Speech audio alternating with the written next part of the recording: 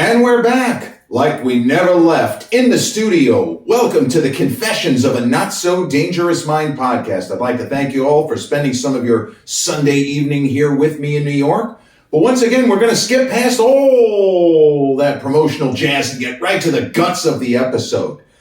Today will be a dual, D-U-A-L, not D-U-E-L, but it will be a dual episode because today is Robert Duvall's 94th birthday. It's also Diane Keaton's 79th birthday, but I have spoken of Diane Keaton frequently on this channel, and I haven't talked enough about what a lifelong end boss cheat code of an actor Robert Duvall is. I have never seen Robert Duvall give a bad performance. Similar to Gene Hackman, who is also 94 now, Robert Duvall has an authenticity that you can't teach in an acting class. And when I said it was a dual episode, it's not just that it's Robert Duvall's birthday. I want to talk about one specific performance in a career where he won an Oscar, Duvall, for Best Actor for Tender Mercies from 1983. Nominated for 7 Academy Awards. He was up for The Apostle in 1997. That was the year that Jack won for As Good as It Gets. He was nominated most recently Supporting Actor for The Judge with Robert Downey Jr. He was up for A Civil Action. I think it's a fantastic performance where he all but steals the movie from John Travolta back in 98. The Godfather as Tom Hagen, of course, we all remember. But the performance that I want to spotlight is a movie that he did not draw an Oscar nomination, and I don't really understand why, because he is absolutely spectacular. So happy 94th birthday to Robert Duvall, who was working as recently as 2022 in, was it the TV show Hustle? Oh, no. It was the movie with Adam Sandler, Hustle, I think. Pretty sure. But the movie that I'm going to spotlight is a film that is very safely within my top 10 favorite movies of all time. It is my second favorite sports film next to, you won't be able to see it when I squeeze the image. I have a big poster of Chariots of Fire over here. My second favorite sports movie of all time is Barry Levinson's 1984 mega classic, The Natural. Now, The Natural is a movie that we remember because it's Robert Redford. And Redford, it's, I think, certainly his best, most nuanced performance. It's somehow a balance between a classic movie star turn and a really strong performance from somebody who was not necessarily known as the most expressive actor, but in the right role, because Redford had a certain look with the hair and the smile and the fact that he was very athletic and he swung like Ted Williams. In that movie especially, Redford's screen persona was perfect. But Robert Duvall in that movie plays a sports writer / cartoonist named Max Mercy. And there was, so Bernard Malamud's original novel, it's strange to explain it like this, but it's a very close adaptation. Levinson's film is 90% of Malamud's book, and yet it's actually a terrible adaptation of Malamud's book, even though it covers the exact same territory, but the movie version turns on its head Malamud's entire point. And I don't know if Malamud's estate ever said, yeah, this movie was ridiculous. It's entertaining, but it's totally not what Bernard was trying to do here. The point of the novel appears to be, you can be blessed. It doesn't have to be baseball. You can take this anywhere. You can be blessed with godlike abilities. But if you lack character, it really doesn't make any difference. The movie argues, if you're blessed with godlike abilities and you have character, well, the sky might be the limit. But the character of Max Mercy is loosely based on many sports writers of the era. In this instance, let's say the first half of the 20th century. There are famous sports writers, guys like Grantland Rice, and moving a little further forward, Rex Smith. And, well, Maury Allen was a little bit later. But there was a certain kind of sports writer who was very involved with the lives of players, of management, and Max Mercy is that kind of sports writer. He doesn't necessarily seem to have a moral compass, but at the same time, he's not really a bad guy. He is a talented writer. He is a fantastic cartoonist as he is presented. Now, the story of The Natural, in brief, it's about this incredibly gifted baseball player named Roy Hobbs. He sort of would be like Babe Ruth, only if it's possible to be even more talented than Babe Ruth, I don't know that it would be in the natural world. But what did I say about godlike abilities? Roy Hobbs is presented as probably would have a chance to be the best left-handed pitcher who ever lived. And he's the best hitter that anyone has ever seen. So if you took Babe Ruth's pitching prowess, which was considerable, and his offensive ability, which was more than considerable, you would have Roy Hobbs. But I feel like Hobbs is almost literally supposed to be, there's a little bit of divine intervention going on here. So the character of Max Mercy is pretty much the only character that follows Roy Hobbs throughout. And by that, I mean to say, he meets him when he's on his way to a tryout for the Chicago Cubs. And then as the story picks up 16 years later with Roy Hobbs trying to make a comeback, I won't go into all of the ridiculousness and the kind of tragedies that he has accrued along the way. But he meets Max Mercy very soon after joining Major League Baseball for the first time. And it doesn't really make sense without the understanding of, well, why did this guy, if he was such a prospect? Well, that's the way that it goes. In a different context, Joe Frazier versus Muhammad Ali, March 8th, 1971, the fight of the century. Was a fight between what?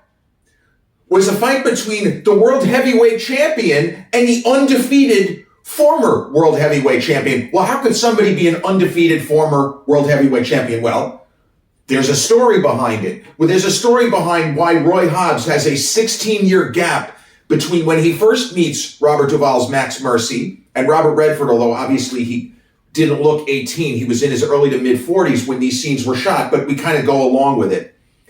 But Max Mercy meets Roy Hobbs when Hobbs is just this incredible pitching prospect who threw 8 no-hitters at the Sabatog Valley was the name of the league.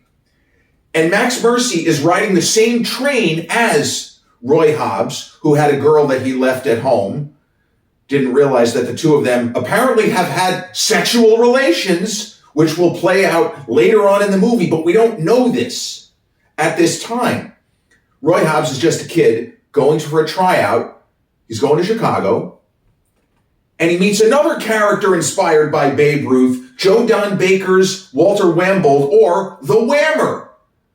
You know what one of Babe Ruth's nicknames was? The Sultan of SWAT. The Sultan of SWAT, the Whammer. There are no coincidences. Max Mercy is riding with this guy, the Whammer. He's doing like some kind of a profile on the Whammer.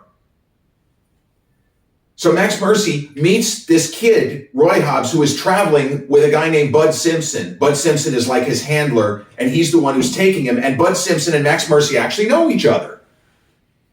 So Max Mercy meets young Roy Hobbs, and Robert Duvall's line readings in the scene, it's kind of hard to explain why they're so good, but he's genuinely curious about this kid. But he has a problem with the fact that the kid is traveling with a guy that he knows is an alcoholic. And there's something in Max Mercy that he doesn't like this. This shouldn't be who the kid is traveling with. It's not good. But he's more focused on Walter Wambold, the Whammer. And Mercy is actually pivotal in the big kind of centerpiece scene of this sequence in the movie, which has Bud Simpson angrily point out to Max Mercy and Walter Wambold, I guarantee you, I will put $100 or whatever the amount of money is, that Roy Hobbs will strike out Wambold 3 pitches. That's all he'll need. Well, Max Mercy takes the bet. Walter Wambold likes that it's an athletic contest. Listen, I'm a baseball player. Let's go, kid. Are you scared? No, I'm not scared. Well, then let's fucking do this. The train stops at a carnival, and Max Mercy plays the umpire. And he's not going to cheat. If a pitch is a strike, he's going to call it a strike. So Roy Hobbs' traveling companion, Bud Simpson, is catcher. I guess we're led to believe that he's a little bit older and he has been drinking, but he's a catcher or has been a catcher. So there's Roy Hobbs out there with the ability to probably throw 100 miles an hour, a la Babe Ruth, who had an unbelievable throwing arm and actually at one time held the record for most consecutive scoreless innings in a World Series when he pitched for who? Not the New York Yankees, the Boston Red Sox. And how did Babe Ruth go from the Red Sox to the New York Yankees? Because the owner of the Boston Red Sox, Harry Frazee, became obsessed with putting on a Broadway musical called what? No, Nanette. And so he sold Babe Ruth to the Yankees in exchange for more or less a mortgage on Fenway Park, the same Fenway Park that they're still playing in 2024 and soon to start in 2025. Babe Ruth didn't pitch anymore after that. Now there's a little parallel with Roy Hobbs, but he doesn't pitch anymore after what we see, but not for the exact same reason where the Yankees got Babe Ruth and said, this guy is too good a hitter to stick on the mound every fourth day. And the Dodgers, with Shohei Ohtani, at a certain point, are probably going to have to say, kid, can't pitch anymore. You're too valuable on offense. So Roy Hobbs takes on the best player in baseball in an athletic contest where he only has 3 pitches. He's got to strike him out, and it wouldn't be much of a movie if he fails. He throws a perfect, probably 100-plus mile-per-hour fastball right down the middle for strike 1, as Max Mercy, umpiring, says, strike 1. And then the Whammer whiffs at the next 2 pitches. And Max Mercy, although he still has his lot with Walter Wambold, he can't believe what he's seen. As somebody who's already been around great athletes, he's probably worked with the Bronco Nagurskis and the Red Granges of football. And now he's working with the Babe Ruth-esque Walter Wambold. He can't believe what he has witnessed, and the look on Robert Duvall's face as he says the words, strike 3, you're out. He can't believe that this has happened. This is an 18-year-old kid who pitched in this, and he kind of jokingly, instead of when it's called Sabatog Valley, he says Soda Pop Valley. This 18-year-old kid who's been pitching at Soda Pop Valley not only struck out the best player in baseball on 3 pitches, he made it look easy. You could have given Wambold another 7 swings. He wasn't going to hit the ball against this guy. So, alas, he doesn't make it. Roy Hobbs does not make it to his tryout with the Cubs. Something happens that sidelines him, and it turns the story into a different direction. We don't see Roy Hobbs again for 16 years as he reemerges, having been an incredible minor league hitter, the Hebrew Oilers, whatever the hell that is, some kind of semi-pro league, and he has been signed by the New York Knights, who I guess is a 3rd team in the National League. They're not really clear about that. There are some baseball players who are named like actual players. I believe that Joe DiMaggio is on a headline somewhere. But I'm not sure if the Brooklyn Dodgers and the New York baseball Giants exist in this universe. Pittsburgh Pirates do. And in the world of the book, I'm quite confident, my memory is that we do get names of real baseball players. But the New York Knights, they didn't exist. They were a fictitious team.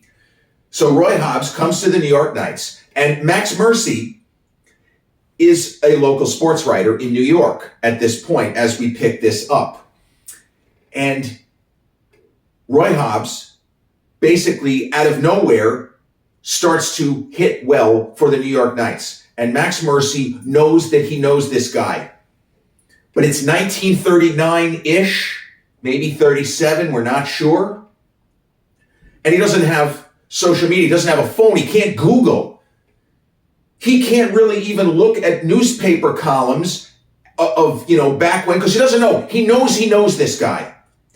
As he says, do I look familiar to you? And Robert Redford's Roy Hobbs knows exactly who he is, but he lies and says no. And Max Mercy says, well, you sure as hell look familiar to me.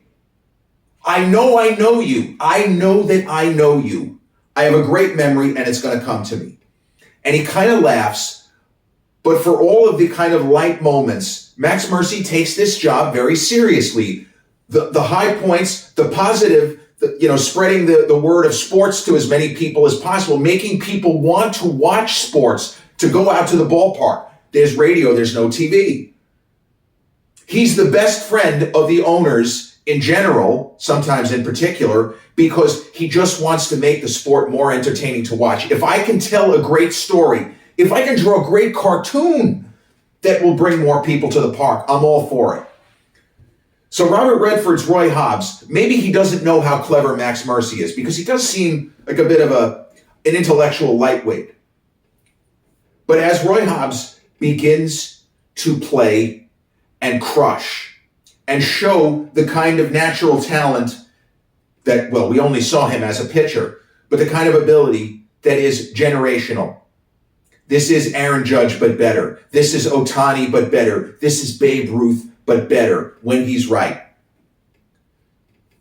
Max Mercy finds a cartoon strip that he wrote after the 18-year-old kid who was lighting up Soda Pop Valley struck out Walter Wambold. And he shows it to Robert Redford's Roy Hobbs.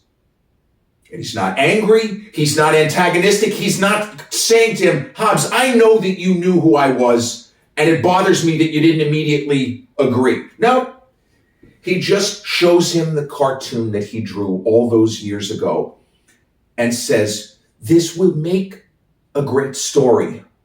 My picture will guarantee $5,000 cash for your story. Now, bear in mind, Roy Hobbs is only making $500. His contract is SHIT because he wasn't really even supposed to play, and he's only playing because the Michael Madsen character of Bump Bailey is playing like a guy who's being paid to lose on purpose, and that's a whole subplot we don't really need to get into here. So $5,000 is a crazy amount of money in the mid to late 1930s where this story is now set. So it's two time periods. The film begins in, well, at the time it's the present, but it's sometime in the early 1920s, and then it fast forwards to somewhere between 1936 and 1939. I don't think they actually give us a year. Malamud's book maybe, but in the movie we don't. So this is a ton of money. And we don't see it, but Roy Hobbs turns him down. And Max Mercy, although he's frustrated, he continues to behave in a friendly manner towards Roy Hobbs because he wants the guy's story. Not because he's evil, because it will bring more business to the great game of baseball. That's what he does. That is his process. And at various points in my life, watching this movie, the first time I saw the film, I saw Max Mercy as evil. I saw him as basically a villainous character. Now, he's not the villain. The closest thing, there's two characters which are kind of villainous in this film. One is the character played by the great Darren McGavin. He did this movie right after playing the old man in A Christmas Story, which many of you have just watched for the millionth time because it was just Christmas. Darren McGavin went unbilled in The Natural because his name was not going to be on the poster, I guess. I assume that's why he went unbilled. I don't actually know that. But Darren McGavin plays a character called Gus Sands, a professional gambler. And he just, for reasons unknown, has a problem with Roy Hobbs. He just doesn't like the guy, thinks he's a loser. The main villain, if you will, is played by an extraordinary actor, another one who has since passed, Robert Prosky, plays a character called the Judge. And ironically, Robert Duvall's last Oscar nomination in 2015 was for a movie called what? The Judge. Now, I think that happens to be a coincidence. I normally say there are no coincidences. That I'm going to give that, and we're going to call that a coincidence. But there are chunks in this film where Max Mercy and Roy Hobbs are on friendly terms. And then there are moments where it flips, where Max Mercy's pursuit of a story, whatever it is, pits him against Roy Hobbs. And maybe he's a little salty that Hobbs wouldn't take the money. We just want your story. But Roy Hobbs is ashamed. He is embarrassed by the reason why he ended up getting sidelined. He made a mistake. He trusted someone he didn't know, and he got hurt. He almost got killed. And he doesn't want people knowing the kind of sordid details, which really aren't that sordid, if we're being honest, but for the era. if kids should see this, that kind of thing. Say it ain't so, Joe. Roy Hobbs doesn't want to have anything approaching a say it ain't so, Joe type of a moment. And I guess in the world of this movie and Malaman's book, the Black Sox scandal having already happened, it informs a lot of the narrative because there is a sense of corruption, of gamblers, of payoffs, of players not giving their best effort because they're not making enough money. And here we have gambler A offering me $10,000 to throw a couple of pitches without my best and we'll take our chances. Maybe the guy won't hit it out of the ballpark. We go from there. It is a very pessimistic novel, and there are huge stretches of the movie which are pessimistic. But the reason why the film took more than 3 decades to get made is because as constructed, Malaman's novel, it's unfilmable. Barry Levinson's movie is not. Spoiler alert, it is a story of triumph. It is a story of overcoming a lot of obstacles, some of which you helped to create, but a lot of which were way beyond your control. And Max Mercy, as Duvall, just every scene he's in, he's who you remember. It's just amazing because he had just won the Oscar for Best Actor. I don't know how he did not get a supporting actor nomination. But there are moments in the film where we really kind of actively dislike Max Mercy. We say this guy's a scumbag. But he has a moment with Roy Hobbs towards the end of the movie where he says to Hobbs, he says, I'm going to tell you something, Roy. No matter what happens out there tonight, and this is a kind of last game of the regular season. The regular season ends in a tie, and we have a kind of playoff situation. It's a little bit like Yankees-Red Sox 1978, where it's not like a play-in game. It's not a playoff game. It's not a knockout game. It would be like game 163, or back in the day, game 155 of what's supposed to be a 154-game season. There's one game left. And Max Mercy goes up to Roy Hobbs. They start talking, and he says, Roy, no matter what happens tonight, whether you're a goat or whether you're a hero, you're going to make me a great story. And he says it with joy. He doesn't care if Roy Hobbs hits the game-winning home run. Doesn't give a shit if he strikes out. He's just looking for the story. He's a reporter. He's going to draw a great cartoon, one way or the other. It's like sometimes in the old days, even going into the 90s, I should say, where reporters would start to file their columns for a playoff game to try to make the late edition if the Yanks are about to lose game 2 of the 1995 American League Division Series. And then, oh my God, they won it in the 14th inning. We got to change the story. We got to file a new story. Leyritz just hit a 2-run homer. Get it to print. That's what he's talking about. You're going to make me a great story. And Robert Redford as Roy Hobbs, it's one of his kind of underrated great moments in this film. He smiles. He's not angry at Max Mercy at this time. He smiles and says, did you ever play ball, Max? And Robert Duvall smiles and goes, no, never have. But I make it a lot more fun to watch. And that's the essence of Max Mercy. I make it a lot more fun to watch. He was almost an influencer 7 decades before that word, 8 decades even, before that word was used the way it's used now. He was somebody who would have wanted as many clicks as possible. There's nothing wrong with that. You hope not to lose your humanity along the way. And it's arguable, what's the takeaway? How do we see Max Mercy? Is he angel or devil? He's somewhere in between. And the more times you watch this movie, the more fascinating the character of Max Mercy becomes. Because he goes on a journey with Roy Hobbs. Even though that's not really his intention, that's how it works out. He knew Hobbs from the beginning of his journey. And now he's going to write a great story about Hobbs at the end of his baseball journey. And people are going to read, and people are going to come out to the ballpark for the playoffs or the World Series, even if Roy Hobbs isn't playing. He is made for a great story.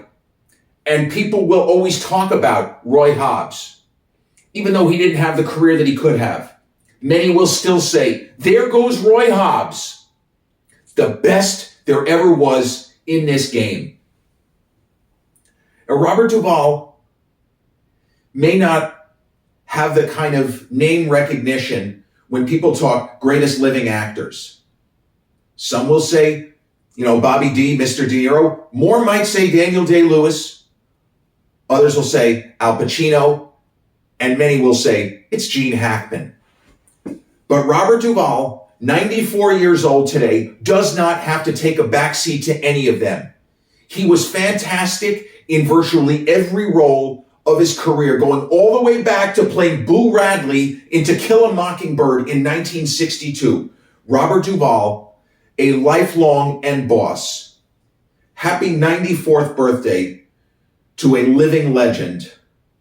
7-time Oscar nominee, 1-time winner for Best Actor. Happy birthday, Robert Duvall. This has been episode 400. Wow! Of the Confessions of a Not So Dangerous Mind podcast. I'd like to thank you all for spending some of your Sunday evening here with me in New York. If you check out this episode on the YouTube channel, haven't done so already, please click like, subscribe, comment, share, turn on those notifications. Or if you catch this episode on the audio platforms such as Podbean, Spotify, iTunes, or the others in which we're hosted, same general rule applies. Click like, subscribe, share, and turn on those notifications. I'll be back with a new episode real soon. Until then,